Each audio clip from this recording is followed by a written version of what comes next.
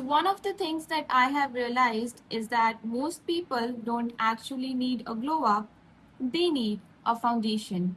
Because let's be honest, you can buy that skincare, you can buy the makeup, you can buy all the clothes you want.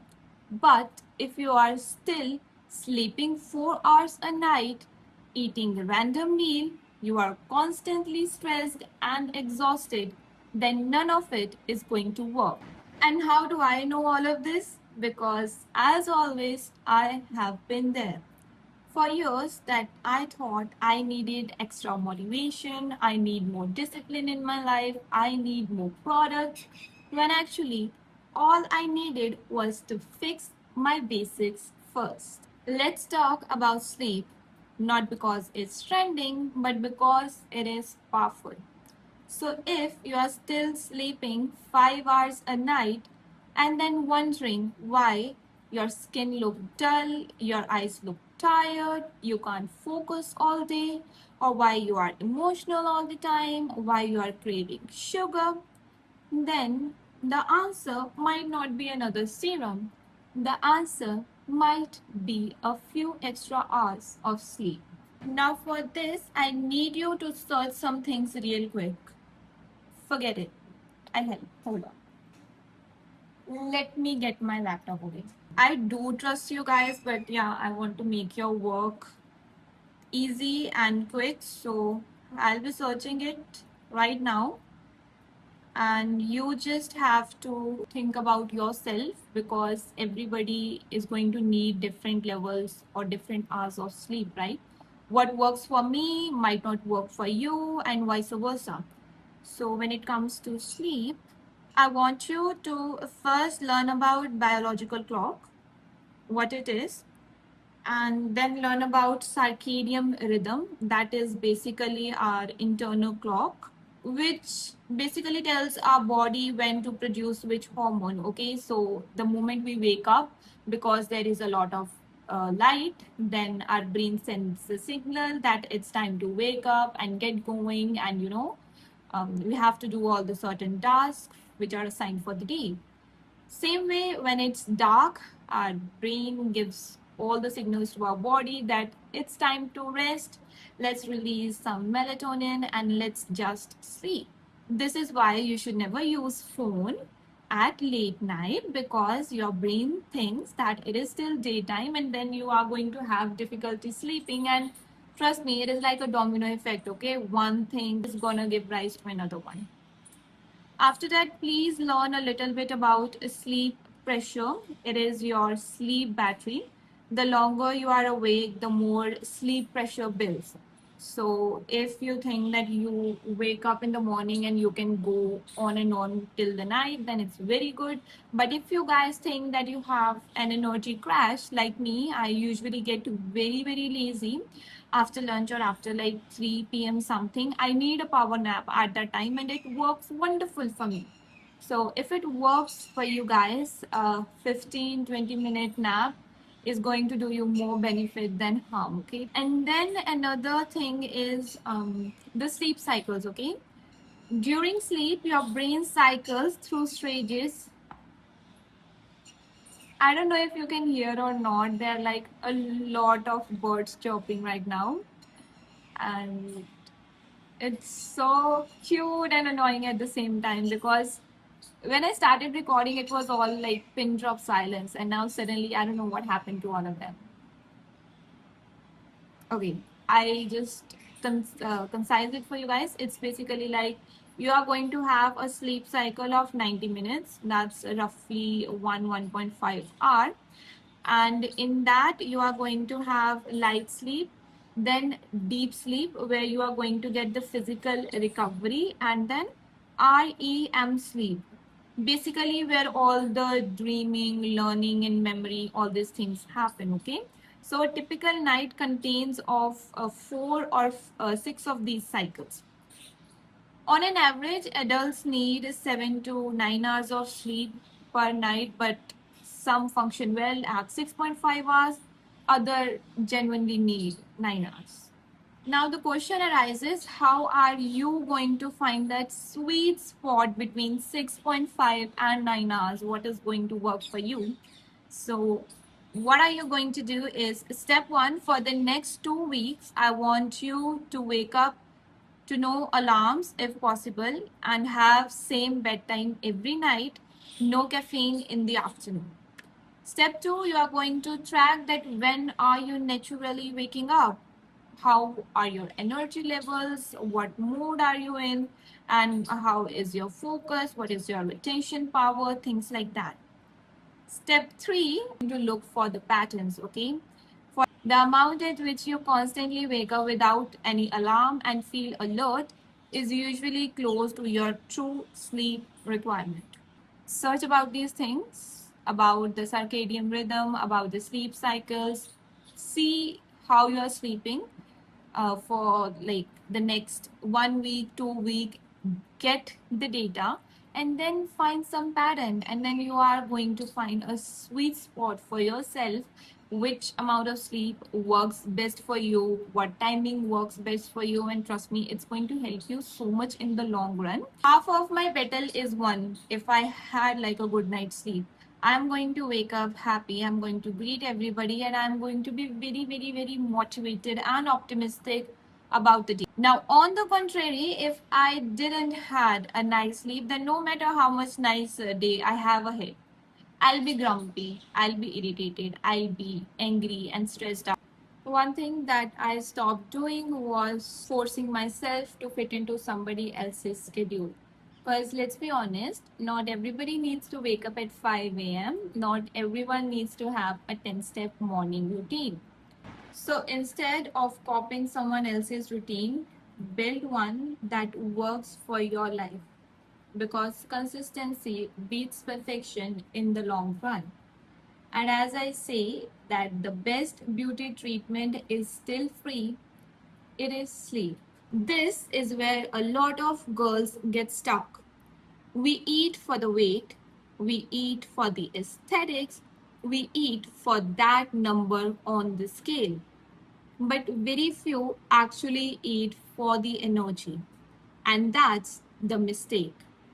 Ask yourself honestly, does your breakfast actually keeps you full? Do you have enough protein in your meals? Do you actually drink enough water? Do you eat your fruits and vegetables regularly? Because if your body doesn't have any fuel, then it can't perform. And you cannot build a beautiful life on an exhausted body. This is what I have changed. Now I don't focus on eating less, I focus on eating better. Because let's be honest, in the coming years, I don't want to just look healthy, I actually want to feel healthy. I think social media doesn't talk about enough is how your routine should change according to your life, according to the season that you are living currently in. So, for example, a college student is going to need a different routine than that of a business owner. And if someone is going through a burnout or a breakup, they are going to need a completely different routine than someone who is preparing for a marathon. Right now, I am in my rebuilding phase, so my schedule doesn't look packed from morning to night. Currently, I'm focusing only on my sleep, if I'm getting enough sleep, if I am studying, working every day, if I am adding basic movements into my daily routine, and if I am having enough rest or not. So the biggest takeaway here is build a routine that is in accordance to your life, not something that just looks good online. Because your routine should support your life, not control it. Now, this is something that I wish somebody would have told me years ago. Not every workout is for everybody. If you are someone who is trying to gain a little muscle, your approach will be different. On the contrary, if you are somebody who is trying to lose weight, then your approach will be different. And if you are someone who is going through an illness or an issue, then your approach is going to be totally different. And if you are a beginner, then your goal shouldn't be intensity. Your goal should be consistency. Because the best workout is not the most difficult one, it is the one that you will be doing 6 months from now. So everything counts, okay? Yoga counts, Pilates counts, dance counts, walking counts, acrobats, high intensity, low intensity, any way you can move your body. Stop asking that what's the best workout and start asking yourself that what is the best workout for me. So please stop copying random influencers online and start understanding your own body. Now we'll move on to the next part, and that is how your environment matters more than your motivation. I want to know what helps me stay consistent, making things easier. You heard it right. For example, keeping a water bottle handy so I don't forget drinking water, laying my clothes beforehand, keeping healthy food options available at my home, making my working or study space very interesting, initiating. For example, lighting some candles, some oils, having a lamp nearby. Because let's be serious, motivation comes and goes, but your environment stays. And if there is one thing I have learned till now, is that successful people don't have more motivation, they just have better systems in place which help them. So often, the biggest difference between success and failure is just removing friction. The biggest glow up lesson I have learned till now is not about makeup. And no, it's not about skincare or fashion either. It's this: take care of your body before you try to transform it. Because let's be honest, if your body feels safe, nourished, and supported, then everything else becomes way easier, okay? Either it's the energy, the motivation, the discipline, everything. Maybe your glow up doesn't start with buying something new. Maybe it starts with finally giving your body what it's been asking all along. So take care of your body before you try to transform it, and remember that your body is not a project to fix. It's a home for you to take care.